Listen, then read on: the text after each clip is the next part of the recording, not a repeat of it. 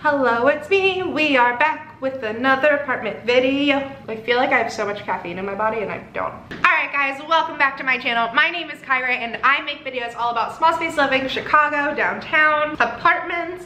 It's a great time. Thinking of doing the tagline, shy according to Kai. What do we think? Do we like it? Do we hate it? Comment down below, let me know. I posted one of these videos a couple weeks ago and you guys have loved it, which has been super great because I love making this. So I put a poll on Instagram a while ago and asked you guys to tell me all of your Chicago questions, all of your questions about moving to the city, using a leasing agent. I'm a leasing agent with Compass. What you need to know to be able to get the best deal in apartments, yada, yada, yada. You guys gave me such good questions. Phenom, love you. And this was really great for me because these are things that like I assume everybody knows because I'm a leasing agent and I like do this stuff every single day. But I realized you guys don't always know this. I'm here to answer those questions. I'm gonna pop them up on the screen and I'll explain to you. Let's learn some things about Chicago living. This is a good question. You talked about how there's no fee for a realtor, but isn't there a broker's fee? Number one, like let me start with this. I'm technically not a realtor. Realtor means that you sell houses. I'm a leasing agent. They are different. I've had people get at me in my comments because I sometimes say it wrong. So no, I'm a leasing agent. Number two, there is no fee for working with a leasing agent. If you're working with a realtor to sell a house, there is a fee associated. If you're working with a leasing agent to rent an apartment, there is no fee. It is free. Like I would not be doing this otherwise. Let me explain. When I first moved to Chicago, I had never heard of leasing agents in other cities before, and I was honestly super skeptical. Why is this person going to be working with me? How does this benefit them? I don't get it. So let me explain. As a leasing agent, my job is to help you find the best fit of apartment possible. So you'll reach out to me, we'll chat, I'll get to know your budget, blah, blah, blah. And then I'm able to work with literally any building in Chicago, whether it is a professionally managed building like a big high-rise or a privately managed building where it's like a landlord owns a couple units or even one unit. Doesn't matter to me, I can do either for you. When I bring you to apartments, the buildings will recognize that I, a leasing agent with Compass, am bringing you to the apartments, and then whatever building you decide on, it does not matter to me. Like I cannot preface that enough. You can pick any of them. Like, reach out to me and be like, hey, I heard of this one and I want to know more about that one too. Doesn't matter. Whichever building you pick and you fall in love with and you decide on, that building will pay me a commission. So the only thing to know with that is if you're working with a leasing agent, don't reach out to any buildings on your own because it cuts the leasing agent out of the deal and then we don't make money and then it's just like a big waste of our time, which kind of sucks. But you can always tell your leasing agent, I found this building online, I'm really interested in it, can you reach out to them for me? The second part of that is sometimes people think like they might get better deals if they reach out to the building on their own. It's not true. You can walk through that door and you can go on a tour completely on your own without a leasing agent.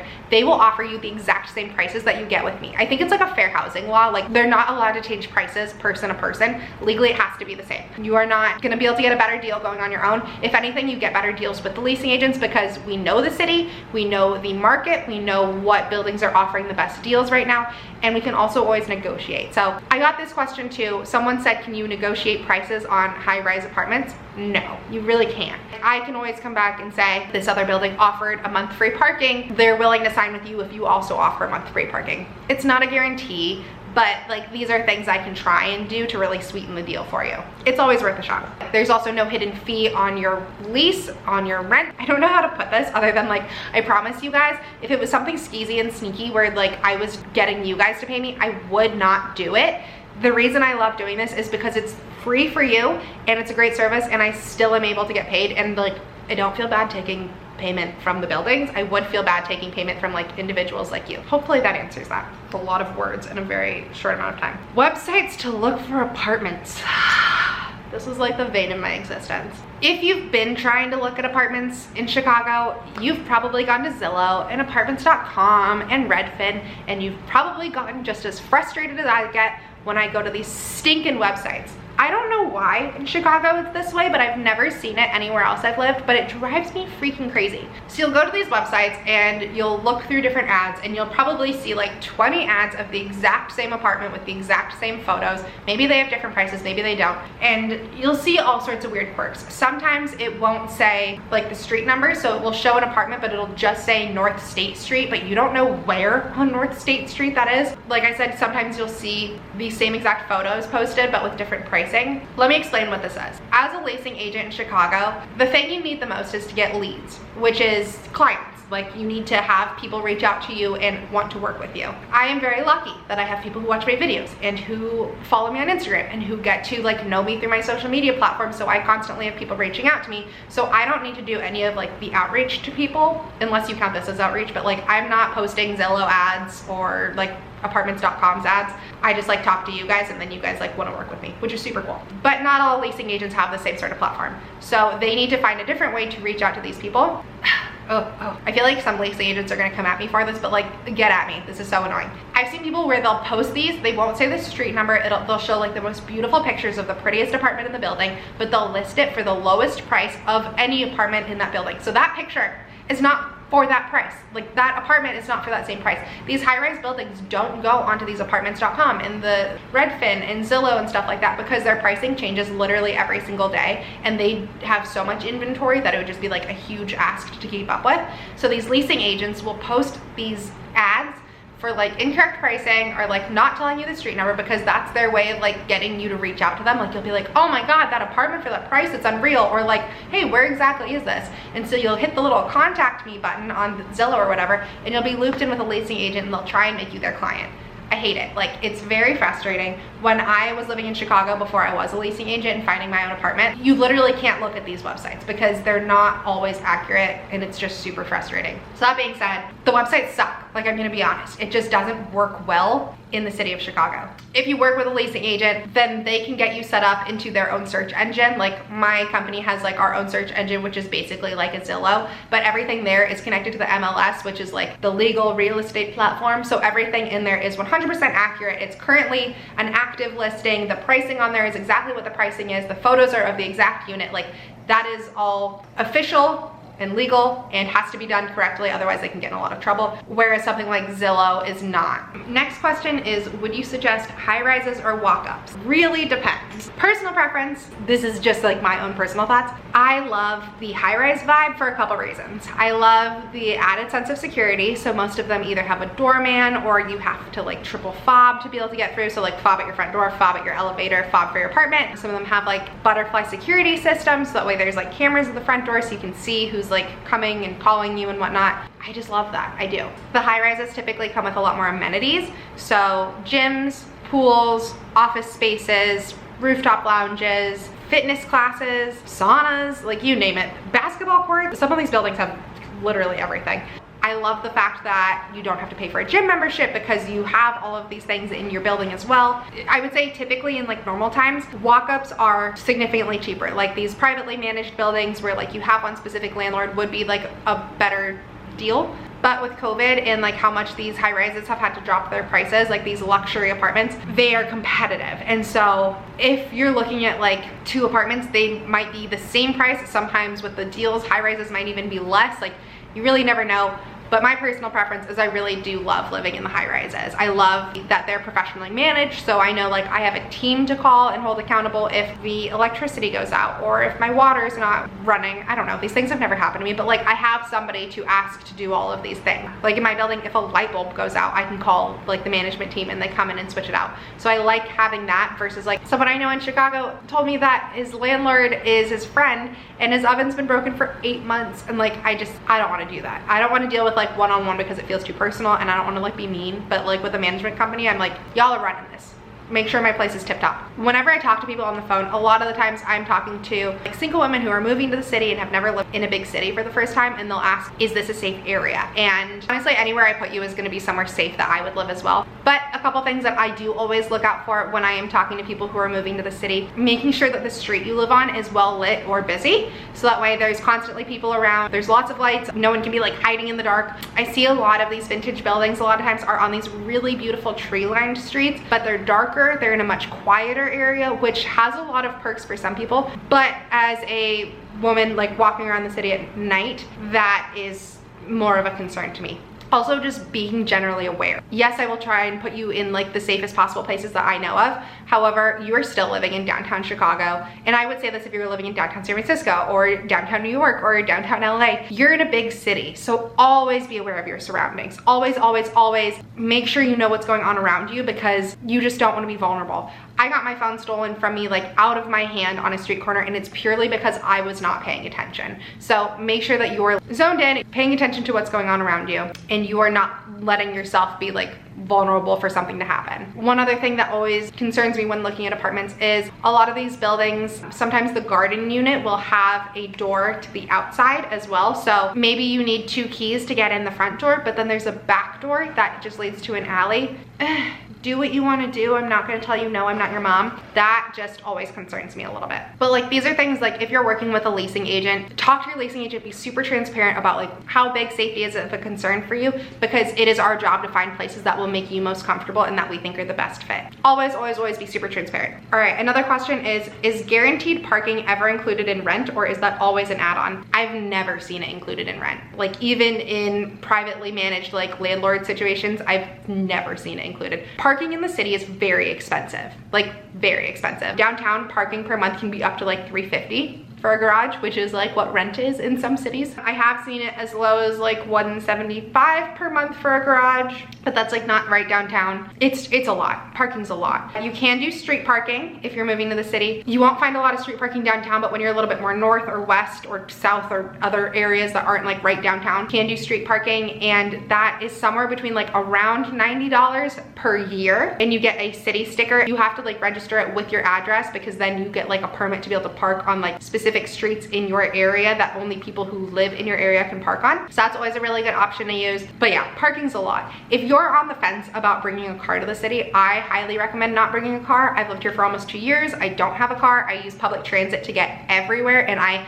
love it. Public transit in the city is so easy to use. In the rare occasions that like I don't want to take the bus or the train, or I'm running late, I'll Uber. And I could Uber every single day and it would still be cheaper than me paying for a parking space and like paying for all the like city taxes that come with parking and gas and insurance and all that nonsense. So if you don't need it, I don't think you need a car to live in the city, but if you do, expect that parking is going to be a lot. It's going to be added onto your rent, or you can street park. These next 2 questions are more about like living in Chicago, which I love. This first one is tips on moving with a dog to Chicago. Oh, you can't even see him. He's on my chair, literally sitting behind my butt. So this was something I was a little bit concerned about, because Louis and I came from Arizona and he did not know the snow very well. But I will say, I think Louis is happier in Chicago than he is literally anywhere else. When you're looking for apartments, if you have a dog, specifically if you have a dog that has a lot of energy, that needs to like run around, this dude is the sleepiest dude. Like, he does not. There are a ton of dog parks. When you're looking at apartments, maybe that's something to keep an eye on and see where there are dog parks located near you, so that way you can take your dog to the dog park.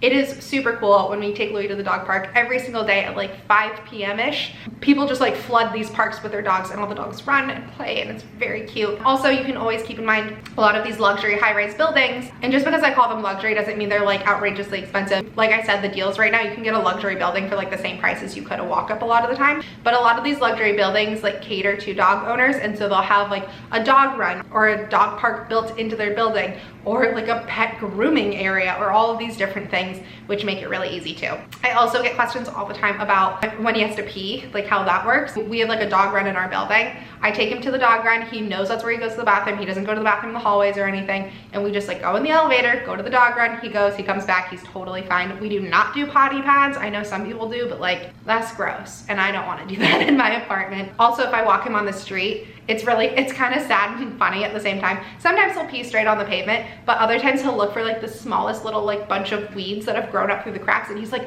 grass, and then he'll pee on that. You see it all the time. People walk their dogs on the streets all the time. They always just carry their poop bags with them. Like, Chicago's very much a dog-friendly city, so it's very expected. Couple questions about the cold. This one says, describe the cold. I'm from San Francisco. Will I adapt? Then also, are the subways heated during winter? And how to dress in winter. So let's just tackle this all in one go. The cold is cold, but it's not that bad. Maybe it's just because everyone's scared the living daylights out of me when I moved to Chicago, and they were like, you came from California and Arizona, like you don't know winter, you're not gonna survive. I'm thriving.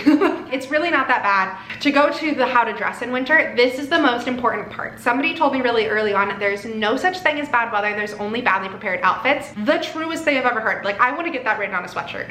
When living in Chicago, it can be cold. This winter has been really weird and like hasn't been cold, which is strange, but last winter we had a couple days that were like 5 degrees. Winter before was the polar vortex. I was not here for that. When it is really freezing, if you go outside and you have on your winter boots, so like number one, get winter boots that are fur lined, whether it's fake fur, real fur, I don't care. Something that's like snowproof. Winter boots, get your wool socks, then get your like thermal pair of like leggings that you can wear under jeans. You'll need it for those like really, really cold days where your leggings under jeans and you're fine. And then like a big down parka, mittens. I have a heated vest. That thing is like the best ever. It's like an electric blanket that has like a battery pack that I can wear and like walk around on the street. Like a gaiter, or now like some sort of mask, 2020. And that covers your face, a beanie, earmuffs, whatever, a fur-lined hood, you're fine. So that was a lot of items to list off, but like these are all the things you need, number one. And number two, when you have all of that stuff on, the cold, frozen, the cold never bothered me anyways. No, literally like you're good to go. It's not bad. What I will say is one thing I love about Chicago is even though it does get really cold,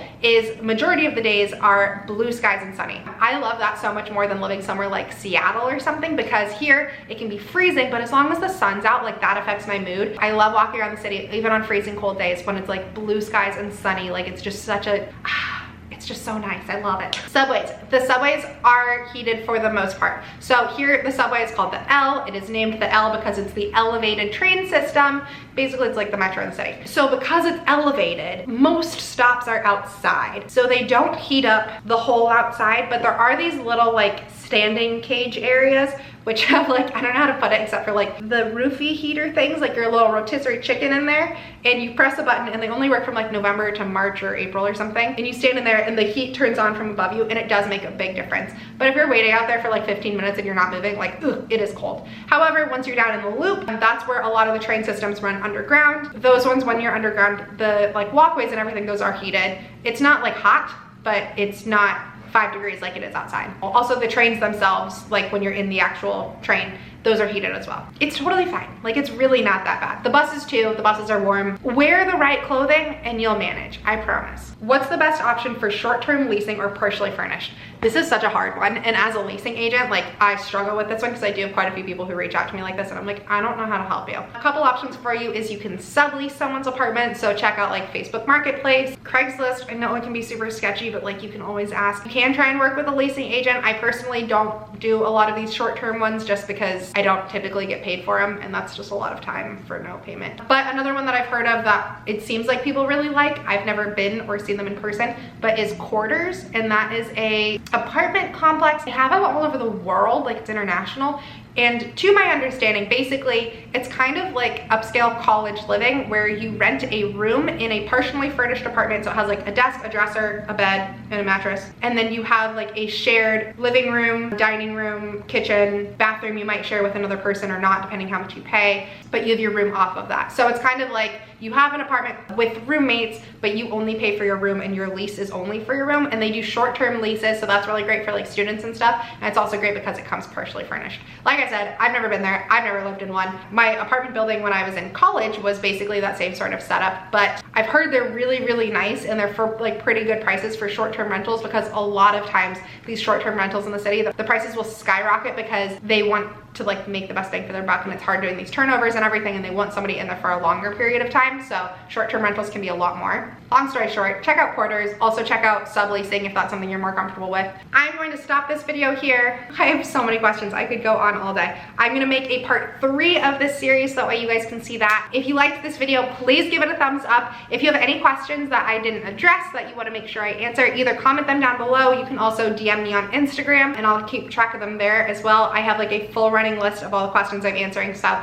definitely let me know. Also go over and follow me on Instagram. I post tons of apartment content, different like apartment tours for buildings I go to and blah, blah, blah, that sort of thing. If you're looking for an apartment and you want to get in touch with me, you can always DM me on Instagram or comment down below, but I'll also put in the description box my like brokerage email and everything, so you can just email me and get in contact with me that way as well. Like I said, I'm a leasing agent with Compass. I am here to help. I would love to find you your next apartment. And lastly, of course, if you haven't already, please hit that big red subscribe button. I post at least 2 videos a week and I would love for you to follow along. Thanks so much for watching, and I'll see you next time.